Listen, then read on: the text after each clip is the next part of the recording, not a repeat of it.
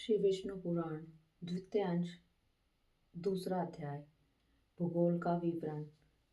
श्री मैत्रेय जी बोले, हे ब्राह्मण, आपने मुझसे स्वयंभू मनु के वंश का वर्णन किया।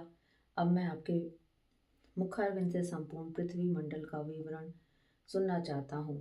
हे मुनि, जितने भी सागर, द्वीप, वर्ष, पर्वत, वन, नदियाँ और देवता आदि की पुरियाँ हैं, उन सब का जितना जितना परिमाण है, जो आधार है, जो उपादान कारण है और जैसा आकार है, वह सब आप यथावत वर्णन कीजिए।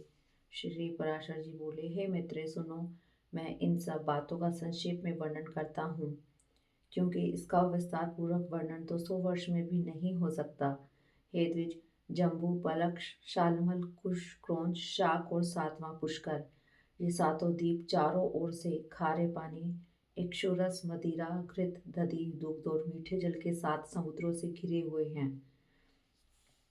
जम्बूद्वीप इन सब के मध्य में स्थित है और इसके भी बीचों बीच में सुवर्ण में सुमेरु पर्वत है। उसकी ऊंचाई 84,000 योजन है और नीचे की ओर 16,000 योजन पृथ्वी में घुसा हुआ है। इसका विस्तार ऊपरी भाग में 32,000 योजन है तथा नीचे केवल 16,000 योजन है। इस प्रकार यह पर्वत इस पृथ्वी रूप कमल की कर्णिका के समान है। इसके दक्षिण में हिमवान, हेमकूट और निषद तथा उत्तर में नील, श्वेत और श्रृंगी नामक वर्ष पर्वत हैं। उनके बीच के 2 पर्वत निषद और नील 1-1 लाख योजन तक फैले हुए हैं। उनसे दूसरे दूसरे 10-10 हजार योजन कम है, अर्थात हेमकूट और श्वेत 90,000 योजन तथा हिमवान और श्रृंगी 80-80 सहस्त्र योजन तक फैले हुए हैं। वे सभी 2-2 सहस्त्र योजन ऊंचे और इतने ही चौड़े हैं। हे द्विज, मेरू पर्वत के दक्षिण की ओर पहला भारतवर्ष है तथा दूसरा किम पुरुष वर्ष और तीसरा हरिवर्ष है।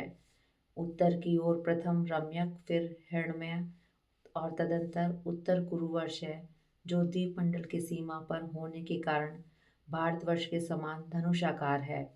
हे द्विजश्रेष्ठ, इनमें से प्रत्येक का विस्तार 9-9 हजार योजन है तथा इन सब के बीच में इलावृत वर्ष है, जिसमें सुवर्ण में सुमेरु पर्वत खड़ा हुआ है। हे महाभाग, यह इलावृत वर्ष सुमेरु के चारों ओर 9,000 योजन तक फैला हुआ है। इसके चारों ओर 4 पर्वत हैं।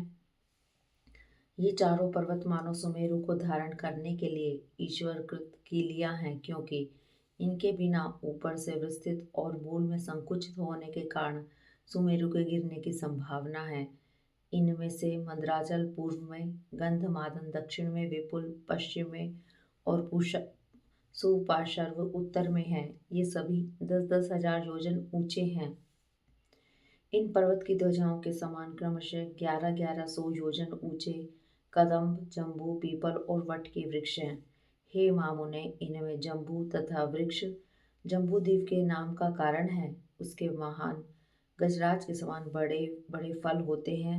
जब वे पर्वत पर गिरते हैं तो फटकर सब ओर फैल जाते हैं।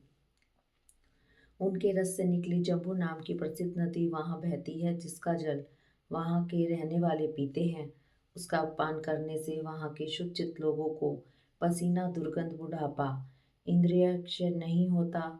उसके किनारे की मूर्ति का उस रस से मिलकर मंद मंद वायु से सूखने पर जाम्बूनद नामक सुवर्ण हो जाती है, जो सिद्ध पुरुषों का भूषण है।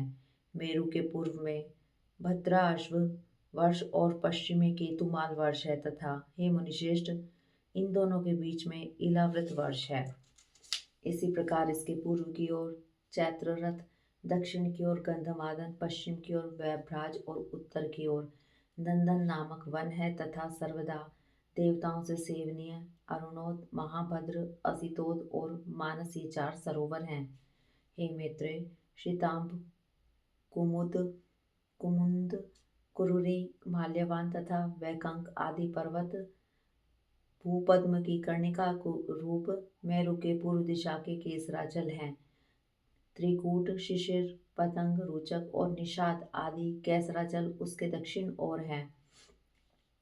शिखीवासा, वैडूर्य, कपिल, गंधमादन और जारुदी आदि इसके पश्चिमी कैसर पर्वत हैं तथा मेरु के अति समीपस्थ इलावृत वर्ष में तथा जठ आदि देशों में स्थित शंखकूट, ऋषभ, हंस, नाग तथा कालंज आदि पर्वत उत्तर दिशा के कैसराचल हैं।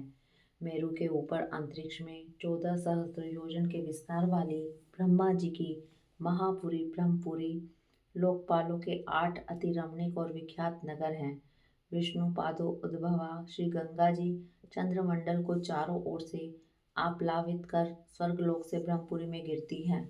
वहां गिरने पर ये चारों दिशाओं में क्रम से सीता, अलकनंदा, चक्षु और भद्रा नाम से 4 भागों में विभक्त हो जाती है। उनमें से सीता पूर्व की ओर आकाश मार्ग से एक पर्वत से दूसरे पर्वत पर जाती हुई अंत में पुरुष स्थित भद्राश्व वर्ष को पार कर समुद्र में मिल जाती है। इसी प्रकार हे महामुने, अलकनंदा दक्षिण दिशा की ओर भारतवर्ष में आती है और 7 भागों में विभक्त होकर समुद्र में मिल जाती है। चक्षु पश्चिम दिशा के समस्त पर्वतों को पार कर केतुमाल नामक वर्ष में बहती हुई अंत में सागर में जा गिरती है तथा हे महासुते, भद्रा उत्तर के पर्वत और उत्तर कुरुवर्ष को पार करती हुई उत्तरीय समुद्र में मिल जाती है। माल्यवान और गंधमादन पर्वत उत्तर तथा दक्षिण की ओर नीलाचल और निषद पर्वत तक फैले हुए हैं। उनके दोनों के बीच में कर्णिकाकार मेरु पर्वत स्थित है। हे मैत्रेय, मर्यादा पर्वतों के बहिर्भाग में स्थित भारत, केतुमाल, भद्रा, अश्व और कुरुवर्ष इस लोक के पत्तों के समान है। जठर और देवकूट ये दोनों मर्यादा पर्वत हैं जो उत्तर और दक्षिण की ओर नील तथा निषद पर्वत तक फैले हुए हैं। पूर्व और पश्चिम की ओर फैले हुए गंधमादन और कैलाश ये 2 पर्वत जिनका विस्तार 80 योजन है समुद्र के भीतर स्थित है। पूर्व के समान मेरु की पश्चिम और भी निषद और पारियात्र नामक 2 मर्यादा पर्वत स्थित हैं। उत्तर की ओर त्रिभंग और जारूदी नामक वर्ष पर्वत हैं। ये दोनों पूर्व और पश्चिम की ओर समुद्र के गर्भ में स्थित हैं। इस प्रकार हे मुनिवर, तुमने जठर आदि मर्यादा पर्वतों का वर्णन किया जिनमें से 2-2 मेरु की चारों दिशाओं में स्थित हैं। हे मुने, मेरु के चारों ओर स्थित जिन शीतल आदि केसर पर्वतों के विषय में तुमसे कहा था, उनके बीच में सिद्ध चारण आदि से सेवित अति सुंदर कंदराएं हैं। हे मुनिस्तंभ, उसमें सूर्यमय नगर तथा उपवन है और लक्ष्मी, विष्णु, अग्नि तथा सूर्य आदि देवताओं के अत्यंत सुंदर मंदिर हैं जो सदा किन्नर श्रेष्ठों से सेवित रहते हैं। उन सुंदर पर्वत द्रोणियों में गंधर्व, यक्ष, राक्षस, दैत्य और दानव आदि दिन रात क्रीड़ा करते हैं। ये संपूर्ण स्थान भूम पृथ्वी के स्वर्ग कहलाते हैं। ये धार्मिक पुरुषों के निवास स्थान हैं। पाप कर्मा पुरुष इसमें 100 जन्म में भी नहीं जा सकते। श्री विष्णु भगवान भद्र अश्ववर्ष में हयग्रीव रूप से, केतुमाल वर्ष में वराह रूप से और भारतवर्ष में कूर्म रूप से रहते हैं तथा वे भक्त प्रतिपालक श्री गोविंद कुरुवर्ष में मत्स्य रूप से रहते हैं। इस प्रकार वे सर्वमय, सर्वगामी, हरिविश्व रूप से सर्वत्र ही रहते हैं। वे सबके आधारभूत और सर्वात्मक हैं। किम पुरुष आदि जो 8 वर्ष हैं, उनमें शोक, श्रम, उद्वेग और क्षुधा का भय आदि कुछ भी नहीं है।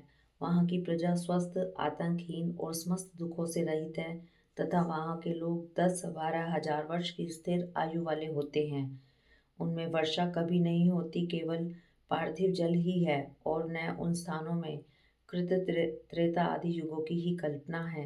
हे द्विजोत्तम, इन सभी वर्षों में 7-7 कुल पर्वत हैं और उनसे निकली हुई सैकड़ों नदियां हैं। इति श्री विष्णु पुराणे द्वितीय अंशे द्वितीय अध्याय।